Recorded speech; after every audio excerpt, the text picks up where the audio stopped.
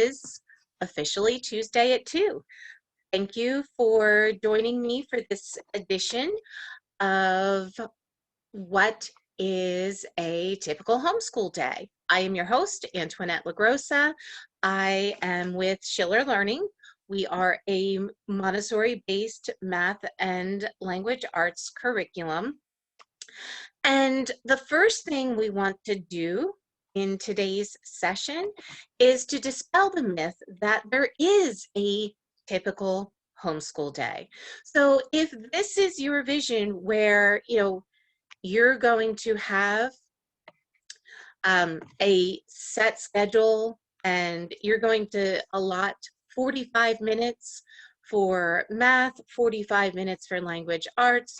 There's going to be a transition instantly like there would be in a classroom. And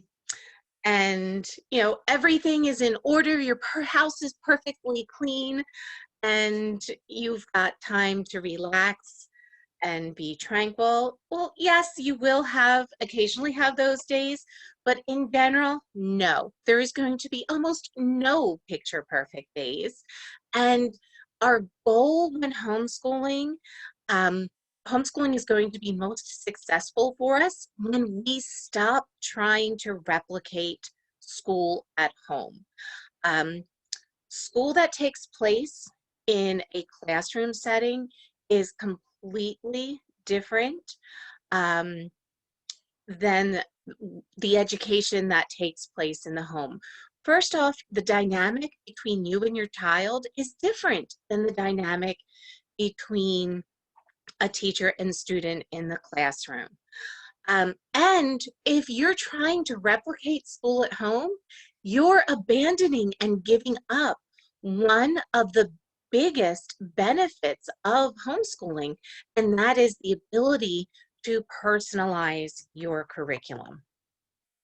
And when we personalize our child's education, it's going to maximize their potential, and we're going to turn learning into one of our child's superpowers and develop lifelong learners. Okay. The overriding Montessori principle that I'd like you to keep in mind as we go through this is follow the child. This is simple but very powerful advice. So Maria Montessori, by the way, which Dr. Montessori developed the Montessori method, and that is what the ShillerLearning curricula is based on. And we've got other sessions that go in depth about Montessori. You can find a lot of information at our website. We're not going to dive a lot into that today. I just want to remind you about this follow the child. So follow the child and they will show you what they need to do, what they need to develop in themselves, and what area they need to be challenged in. If we do that, doesn't that sound like our child is going to reach their full potential? And then, the aim of the children who persevere in their work with an object is certainly not, to quote, learn, but they're drawn to it by the needs of their inner life, which we, of course, need to recognize and promote the development of. And our goal is to, provide the age and developmentally appropriate tools and activities to achieve that. But even if you're not using the ShillerLearning curriculum, these are tips that you'll be able to improve your outcomes. And our first tip is that even though we're going to follow the child and personalize the learning experience, you want to use a planner. And thank you, Amanda. Amanda has put links to the blog post. ShillerLearning offers 2 free homeschool planners. The first is for the parent, and that's the homeschool planning pack. And then the second is a, coordinating planner for the student. These are both free.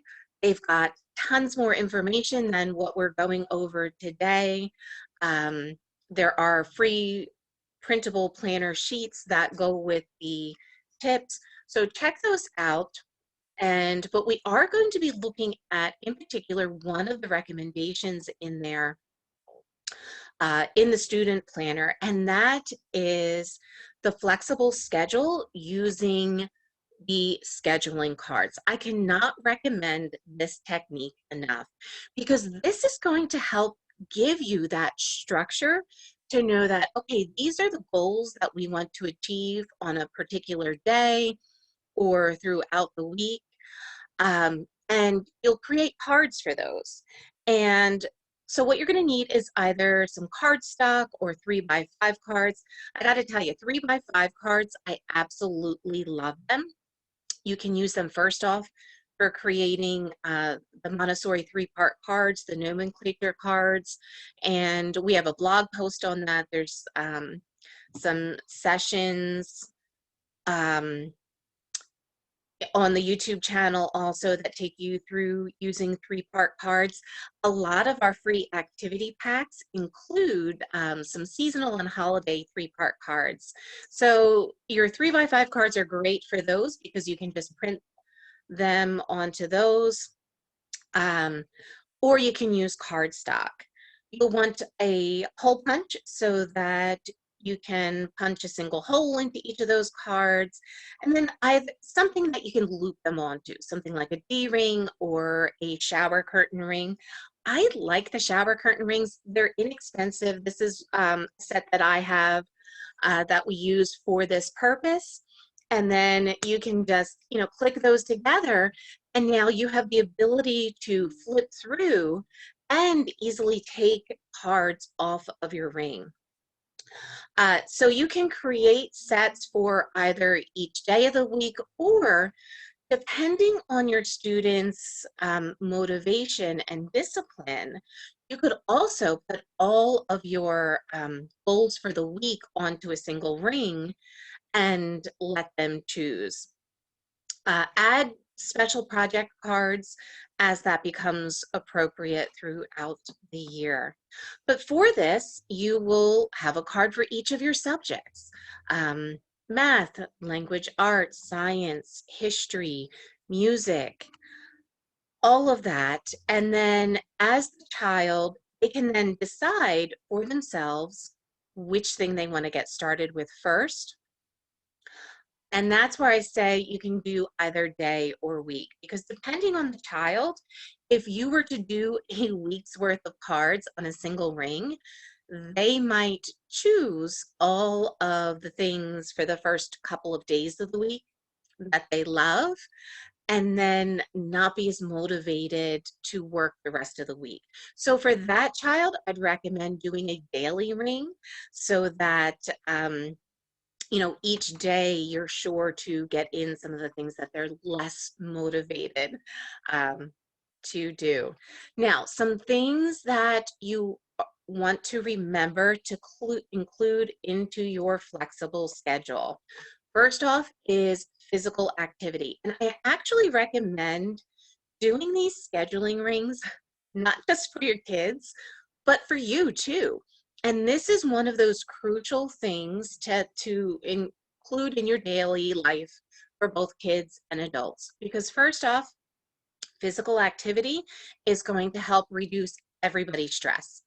And in this time of unusual sickness, it's also going to help keep you healthier because your lymphatic system, of course, doesn't have its own pump, and you need physical activity to have, optimum immune response. So, if you haven't been motivated for physical activity before, maybe that will help, you make sure that that gets included into your schedule. It does not have to be anything really, some huge exertion. If check out the local homeschool groups in your area. If you can't find groups, reach out to things like bowling alleys, and you'll find that often there are homeschool classes that you may not have known about.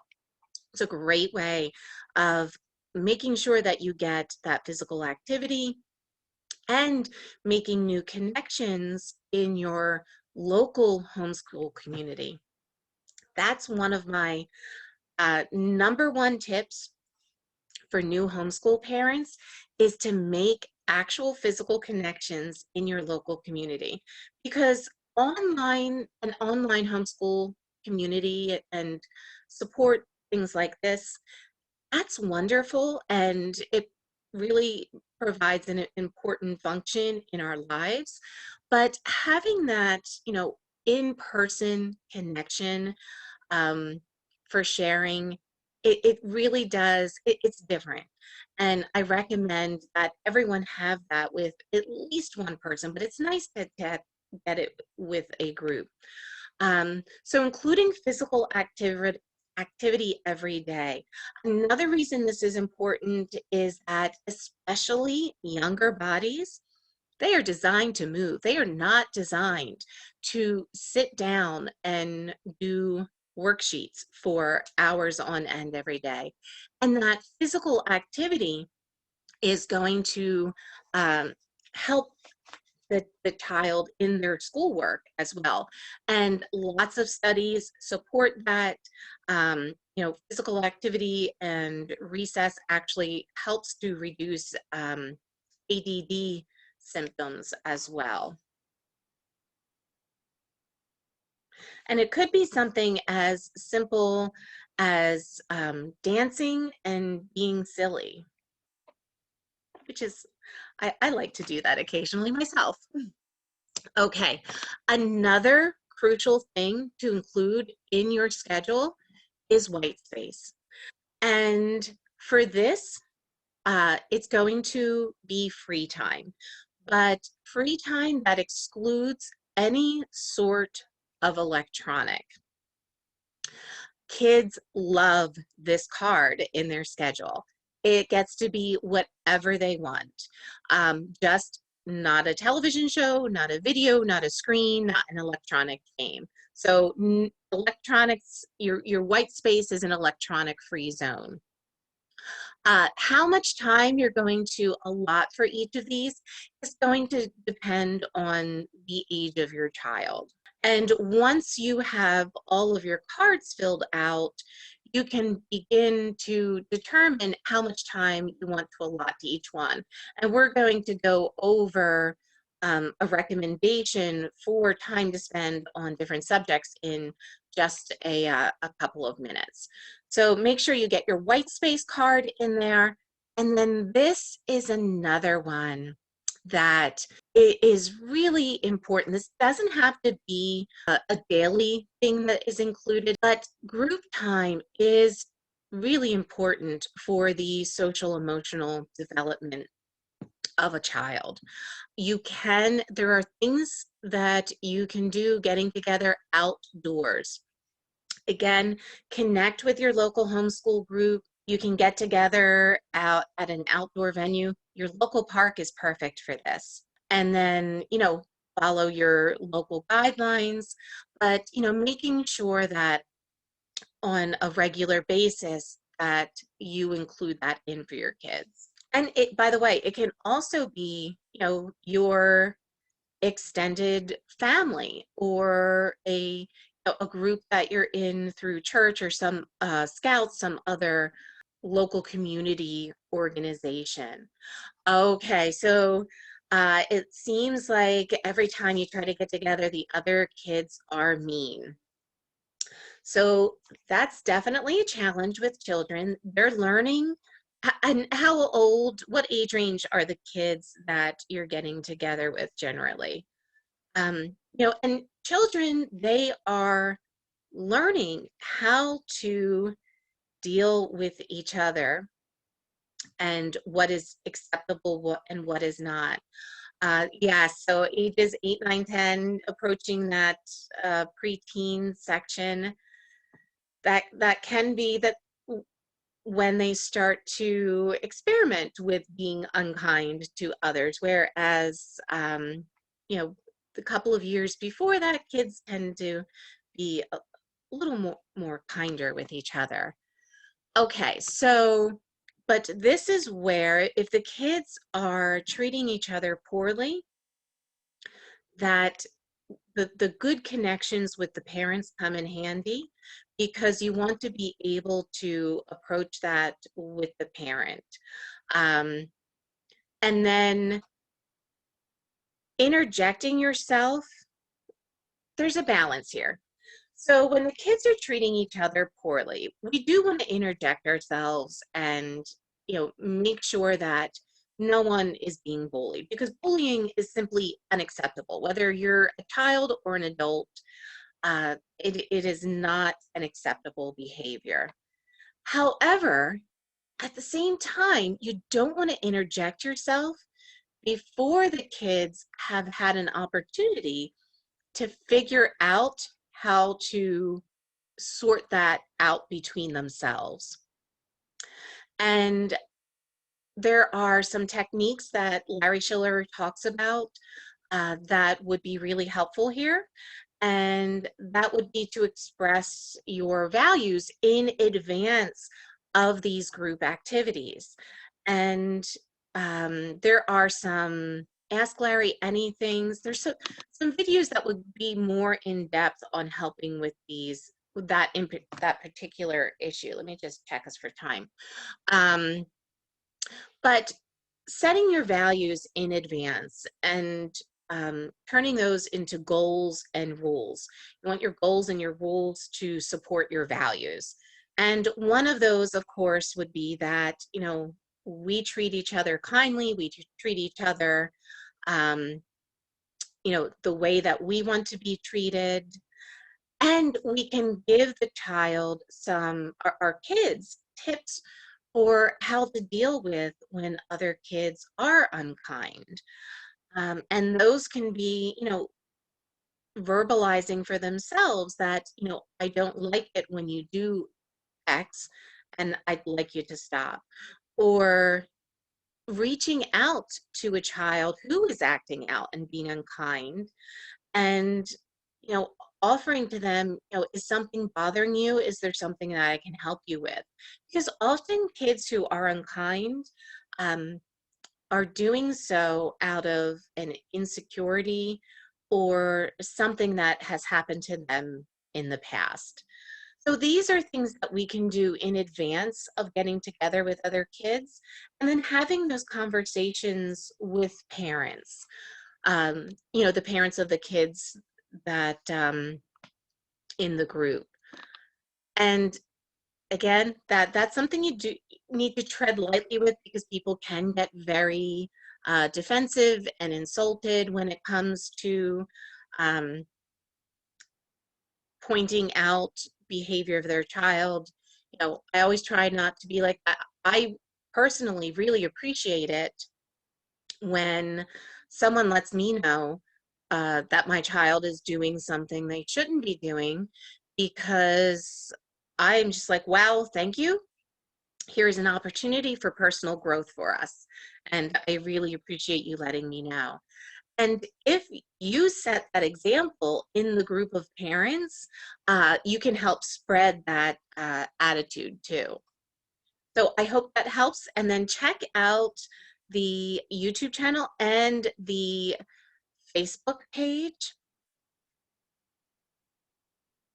the ShillerLearning Facebook page, because that you'll find the Larry's Ask Larry Anything videos, and those are, he talks about those types of things. And oh, there we go. Okay, so we are following the child. We have created the subjects for our flexible schedule, the subjects and those other physical activities, white space, group time, cards. Now we're going to decide how much time we want to spend on those. And, you know, take into account things like just your free playtime, your bedtime, your meal times, other things you're doing together as a family. If the child has music lessons, that's going to impact how much time you're allotting to these other things. But in general, our recommendation, and you'll find this in the ShillerLearning Parent Guide, as well as in the Educator Guide that is in the beginning of each of your ShillerLearning lesson books. We recommend that you start with, and this is per subject, 15 minutes a day for a 4-year-old, and add 5 minutes a day for each year of age after that. However many lessons that child does in that amount of time is what's right for them. And that's working up to about 45 minutes to an hour for older kids. Okay, so for example, if we were doing that 15 minutes a day and then 5 minutes for each year of age after, and your child is 6, that's going to be 25 minutes a day, 30 minutes for a 7-year-old, and 35 minutes for an 8-year-old. Yeah, so, and then, how much that break time is going to be. Yeah, so for a 6-year-old, the 25-minute lesson time, and then taking into account the other things that you have in your day, a 25-minute white space time would be excellent. Yes. Yeah, so it's 35 per subject. And then that's a general recommendation. You may find that, you may have an art project that takes only 20 minutes. One week, and another week you might have an art project that takes 3 hours. Okay, so now we have our schedule. We know how much time we're spending on each subject or area. Our child is getting to choose their schedule within that structure that we've created. Now we get to actually working. The goal for every lesson is that the child achieves both competency and closure. That's our target. The child gets it, they've achieved mastery, and the child is ready to move on. And we're going to talk a little more in depth about that second one, because I have to tell you, that was the one that was a little challenging for me when I got started. Okay, so competency and closure, those are our 2 goals. There are 3 possible outcomes of a lesson. Now the third outcome has a part A and B, so you could call it 4 also. But the first possible outcome of a lesson is that the child achieves both competency and closure. They get it, they're ready to move on. In this case, go ahead and make note of that lesson on the tracking sheet in the column for lessons to be revisited. That is what is on the screen there.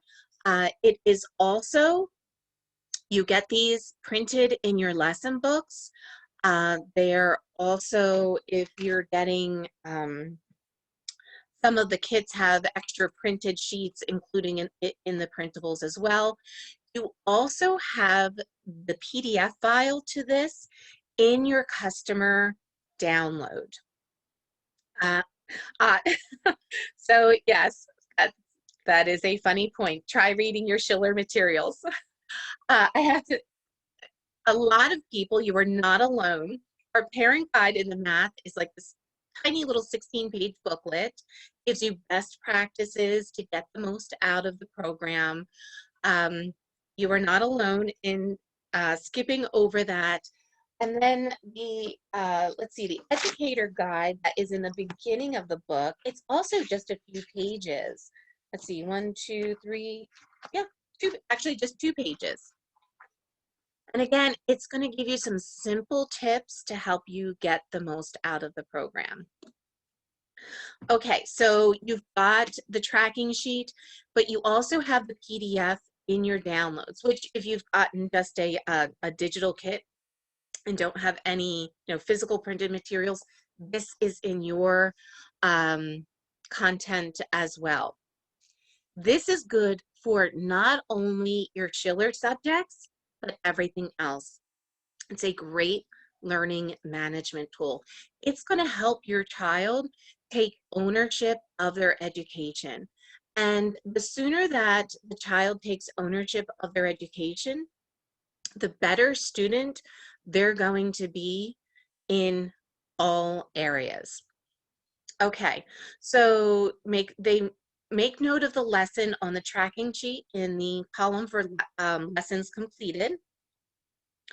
And then there's also the columns there for initialing the student and the teacher. That's going to just help promote self-accountability for the child. Then move on to the next lesson. With ShillerLearning, our curriculum is not designed for one lesson a day. You may have noticed our lessons are of varying length and varying difficulty. So some days you might go through 5 lessons in your allotted time. And other days it'll be 1, and it might take you multiple days to get through some lessons. And that's okay. The goal is that you are moving through the material as your child masters it. Okay, so that is the first outcome of a lesson. The next possible outcome of a lesson is that the child achieves competency, but not yet closure. This means they get it. So yes, go ahead, and this still gets marked as a lesson completed. But we want to allow the child, empower them to repeat the activity even if they have already mastered the skill. Resist moving them on because we see they get it, and this was something I always wanted to do. Like, okay, you get it, I want to check off this box and move you on to the next thing, because I think you're now just wasting time and playing. But if a child is willing to make the effort to pull out those materials, do that activity over again, it means they have not yet gleaned every possible benefit from that activity. Kids are not shy about letting you know when they're finished with something and want to move on and have become bored with that lesson. So whether it's that same day and they want to do it 50 times, or they want to pull that out every other day for the next couple of weeks, let them have the freedom to do that.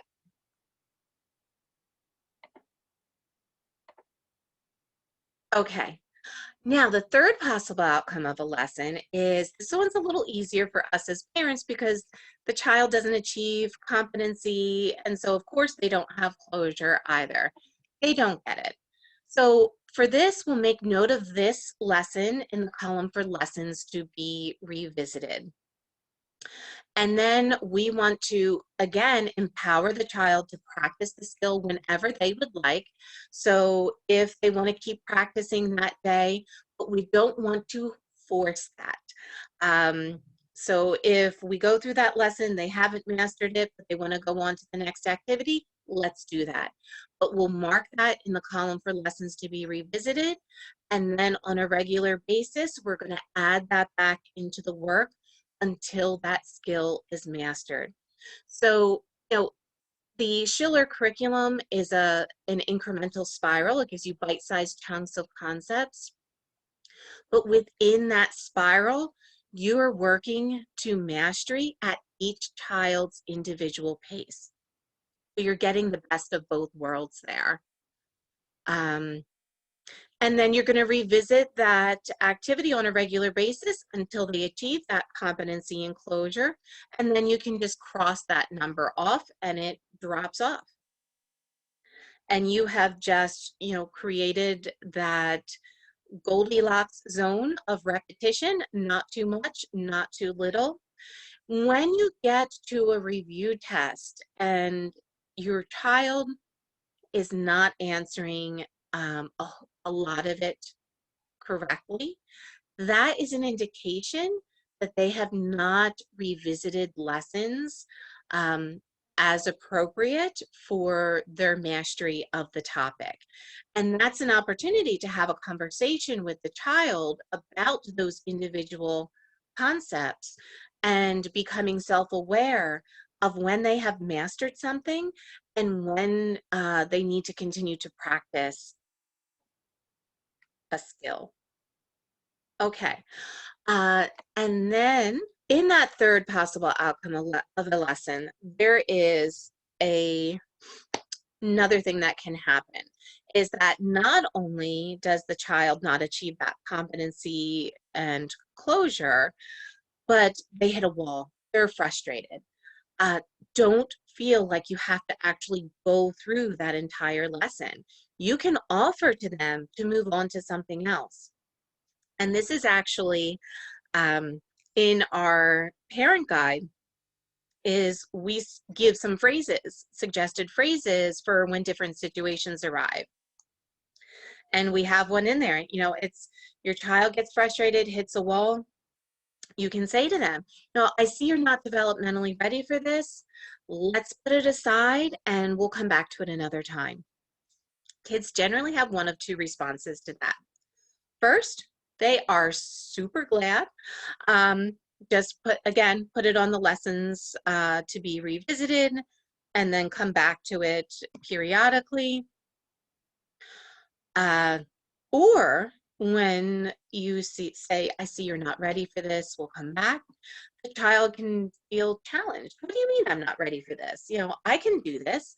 And all of a sudden, they've got internal motivation for working through something that a moment before they found, you know, frustrating and discouraging. They've got that internal drive to work through the frustration. And either way, it's great. But keep that on your lessons to be revisited until, again, they've achieved that competency and closure. Oh, and then as far as the free electronic time, that in addition to the white space, which is electronic free time, which means, and by that I mean there are no electronics in that. You can also create a card for that gaming time or that play in the mud time. And it's actually not a bad idea to create a card for outdoor play. Outdoor play and connection with nature is really important for our kids. And in modern society, we don't get enough exercise. We don't get enough downtime for our brains, that white space.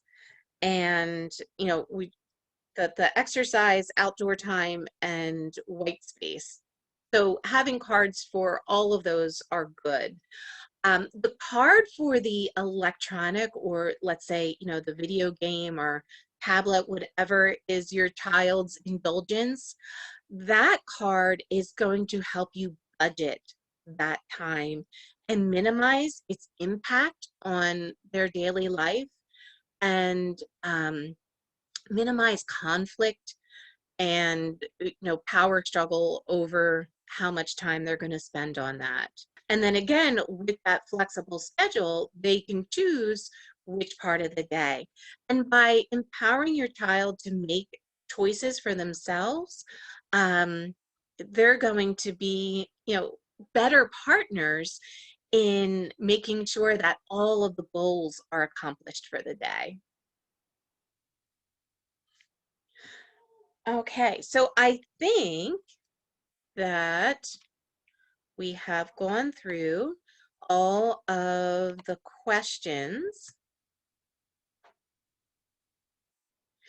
If you have any questions that I did not get through in the presentation, if you can go ahead and pop those in. And if you have not downloaded our free planner packs already, be sure to do that. I'm just gonna paste those in again. They really are, oh, and actually Amanda just also pasted those in again, I believe. Excellent. Yes, so provided there are no technical difficulties when the recording converts at the end, this will go up on YouTube tomorrow. If it has to be re-recorded, it will be a little bit, but you'll be able to rewatch this on the ShillerLearning YouTube channel. If you have not yet subscribed to that, you definitely want to do that. So the white space and the electronic time are two different things. So white space is where there are no electronics. And so you could give that 20 minutes for your white space. You know, and for white space, it means no, like we're not entertaining the child in that. We're not providing them a structured activity. Even if it's, you know, reading a book or, you know, a craft or something like that. So there's no electronics, there's no structured activity. It is completely just white space for their brain to be able to, you know, have that creativity. Boredom is really good. That's where a lot of creativity comes from. And then the electronic time, how much time for a 6-year-old? That is going to be a negotiation. It depends on where you're starting. Really, you know, a lot of experts say that our kids should not be having any more than 2 hours of screen time a day. That includes TV as well as tablets and games. If your child is, you know, right now spending 6 hours a day, and you'd be surprised, what I have a log so that when the kids get onto one of their electronic devices, they just jot down their starting and ending time. We started that because I would say, wow, I think it's time for you to get off the game or the tablet, whatever. And the response generally tends to be, I've only been on here for half an hour. And I know for sure they have not been. And so time just disappears for them on these things, and they are not self-aware of how much time they're actually spending. And so by having that log of starting and ending time with the devices, it helps kids to become self-aware of how much of their time is being eaten up by these things. So I would say it depends on what your starting point is. A lot of experts recommend no more than 2 hours of screen time. Again, that's cumulative for all screens. So you might want to have, you know, an hour on there. But it really is, that's going to vary from family to family. It also depends on how much online learning or computer learning you do. Just a note about that too is studies repeatedly show that when children learn using books and traditional methods as opposed to computer-based learning, that they retain that knowledge longer. You know, for young children, that does change when you get into high school years. Yeah, so the log, because, you know, once you have the log for the electronic time, it's no longer you saying you've been on it for XYZ. It's the piece of paper. And instead of pointing out how long they've been on, you can ask, you know, how long have you been on? And now they're making that determination, and it helps them to receive that self-awareness. Yeah, oh, I can certainly commiserate with you on that electronic battle. It is a struggle with every single one of the kids. The log helps, but yeah, if we don't help them become self-aware, then it's sad because a lot of their childhood ends up eaten up by screens. Okay, so how do ShillerLearning kids do under pressure when it comes to taking tests? There are tests in our curriculum.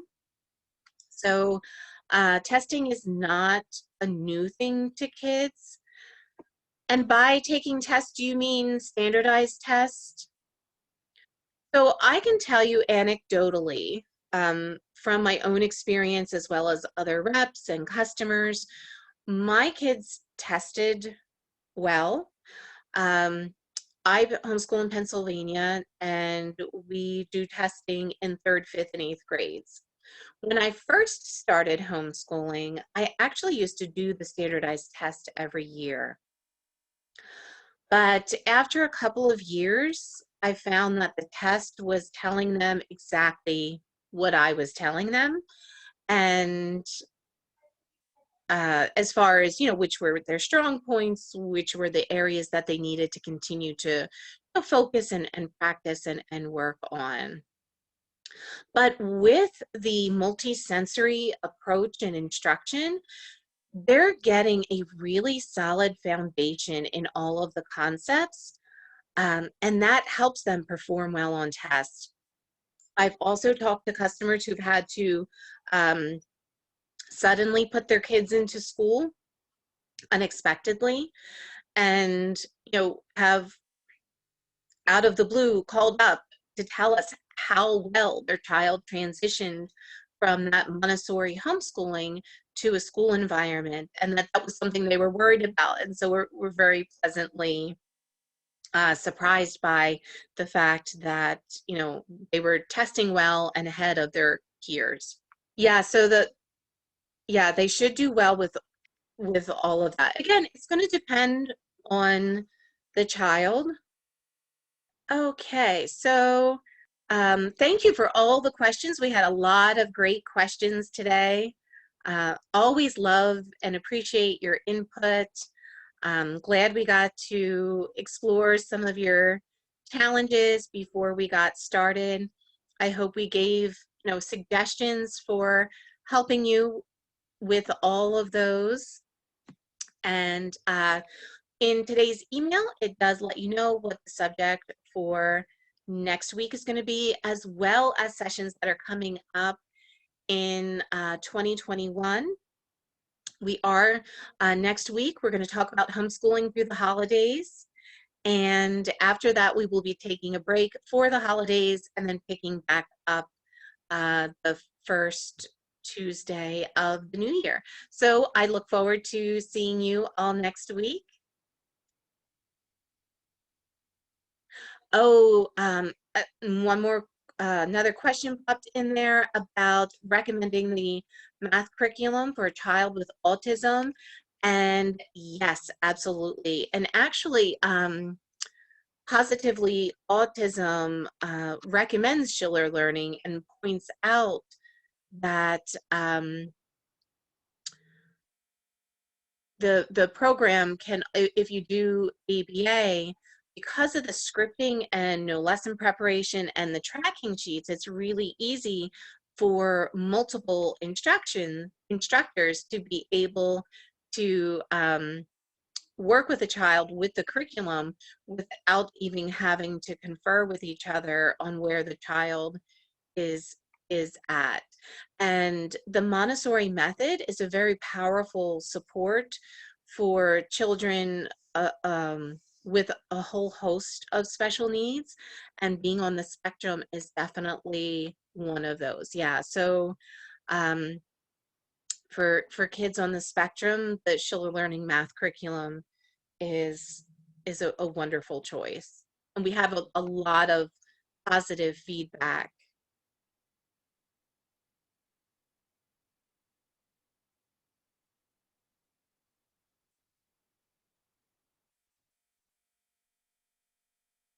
Yeah, and because ShillerLearning is a Montessori-based curriculum, very hands-on, very multisensory, we have a lot of customers with children with special needs. And there are a lot of uh, bloggers and special needs resources that recommend us. The Homeschool Legal Defense Association, their special needs um, consultants, they recommend ShillerLearning as well. Okay, well, I think we have covered everything and gotten all the questions. Thanks again for joining me for today. It's always an honor to have you with me.